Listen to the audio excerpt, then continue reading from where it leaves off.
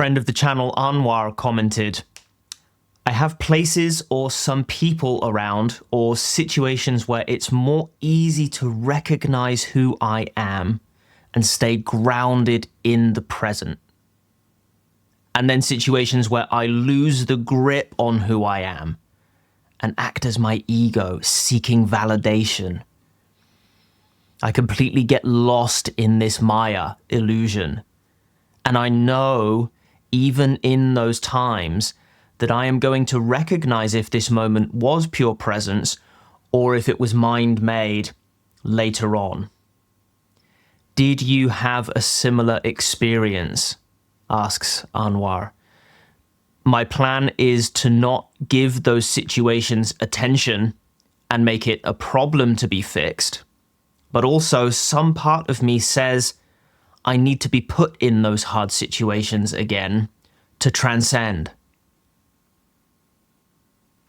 Yes, Anwar, I went through 6 years of this flip-flopping between ego and presence.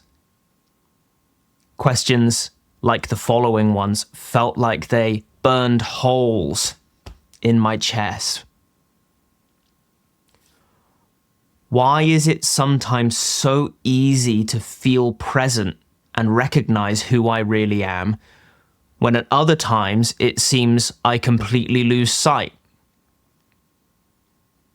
How is it I can know that my egoic tendencies are mind-made, but this knowledge doesn't help in more difficult situations? Why do I do so well in some situations, but then struggle so much in other places or with certain people, where staying grounded and present feels almost impossible? Why is there this delay sometimes, this gap between reacting egoically to a situation and then recognizing later that I was lost? It all comes down to reification, investing things with meaning, buying in. Before spirituality, we take ourselves to be only what's inside the boundary of our skin, and we assume that awareness is generated by the brain looking out from behind our eyes at everything we call the world as if it's separate. In intermediate spirituality, we take ourselves to be something like a higher self or a witness or consciousness, but we still draw subtle boundaries around things. We feel them to be distinct from one another, and we feel we need to have a clearer or calmer or more joyful mind. And we might take up deliberate practices to cultivate these preferred mental states. This is good practice. But in realization, which is not a destination in the future, but something to glimpse again and again, right now, we realize the inseparability of awareness and its contents, and accept them all exactly as they are. Paradoxically, this leads indirectly to the clarity, calmness, and joy we attempt to create in that intermediate stage of practice. In realization, everything, without exception, is the timeless mandala of pure awareness. I was speaking with a student about this yesterday. The answer is always to choose again and again, with gentle insistence, to rest as awareness, the essence of whatever is occurring. Sometimes you remember, sometimes you don't. This is the game. And if you spot that gap between being lost in a situation, Maya, illusion, and then making your recognition, if you spot that gap, good. Good seeing. Well done. Now rest freshly. Take a brief moment without labels, descriptions, judgments, interpretations. As soon as you remember, make this a game and don't downplay your victories. When you score, when you rest, when you remember to leave everything as it is, celebrate. You did what you set out to do. In fact, each time you zoom out and stop wishing things were different, you win the cosmic jackpot, the greatest prize of all. In that moment, you're awake.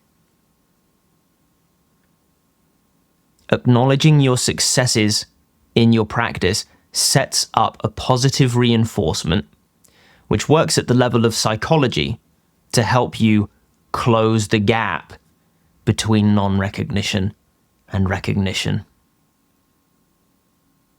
Now, if after hearing all this, you feel you still need something to do in those difficult moments, here it is.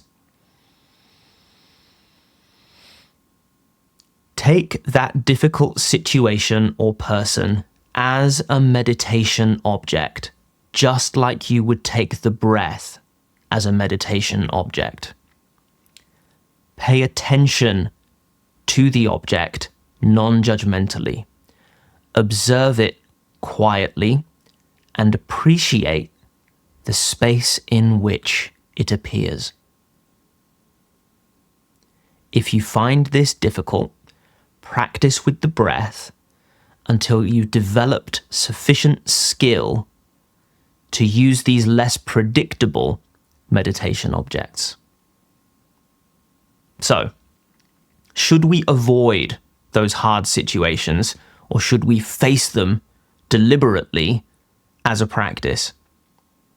Should we put ourselves through that fire as a means of purifying the ego?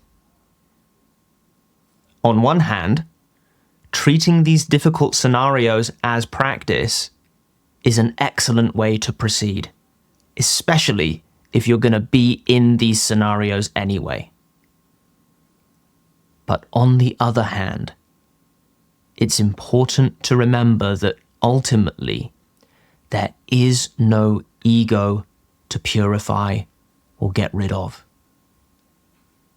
What we label ego is just another appearance, just more data.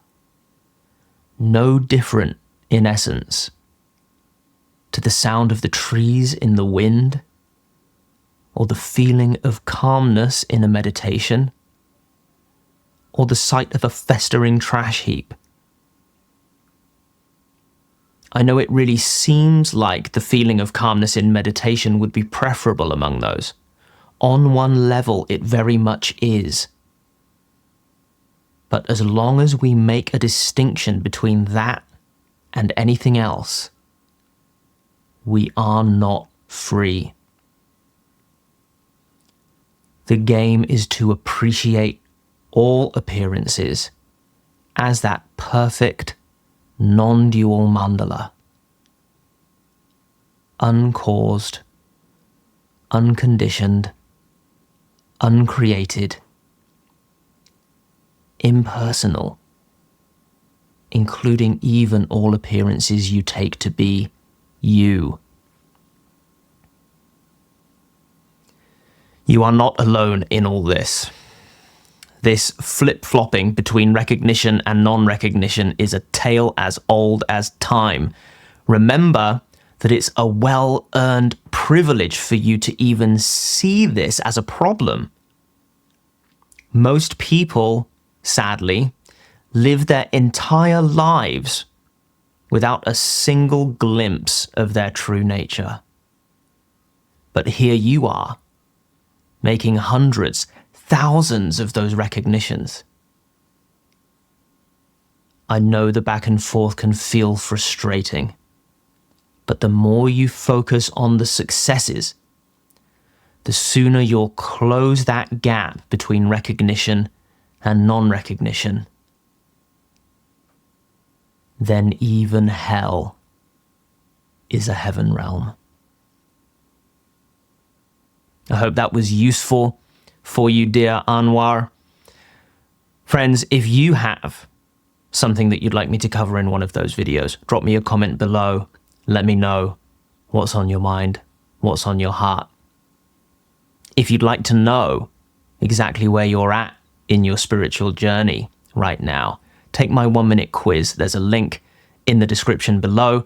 And if you'd like to see more of these teachings, do all the stuff that tells YouTube you want to see more of them. I upload almost every single day, and I hope to see you back here tomorrow.